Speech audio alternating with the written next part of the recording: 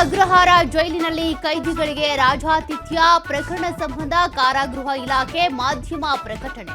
ಕೆಲ ವಿಡಿಯೋ 2023 ಅಂತ ಸ್ಪಷ್ಟನೆ. ಬಾಗಲಕೋಟೆಯಲ್ಲಿ ಇನ್ನೂ ಆರದ ಕಬ್ಬಿನ ಕಿಚ್ಚು, 3,500 ಬೆಲೆ ನಿಗದಿಗೆ ಬೆಳೆಗಾರರ ಪಟ್ಟು. ಇಂದು ಸಂಜೆ ಕಾರ್ಖಾನೆಗೆ ಮುತ್ತಿಗೆ ಹಾಕುವ ಸಾಧ್ಯತೆ.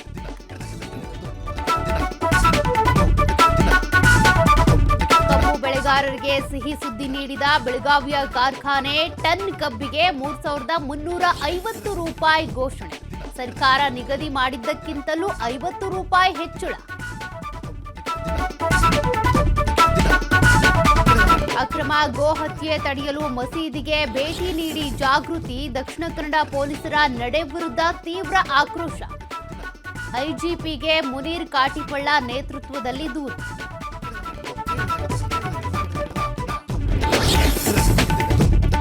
ಬಾಗಲಕೋಟೆಯ ಕೆರೂರು ಪಟ್ಟಣದಲ್ಲಿ ಸರಣಿ ಕಳ್ಳತನ. ಬೇಕರಿ, ಗ್ಯಾರೇಜ್ ಸೇರಿದಂತೆ 8 ಅಂಗಡಿಗಳಲ್ಲಿ ಕಳವು. ಸಿಸಿ ಕ್ಯಾಮೆರಾದಲ್ಲಿ ಕಳ್ಳರ ಕೈಚಳಕ ಸೆರೆ.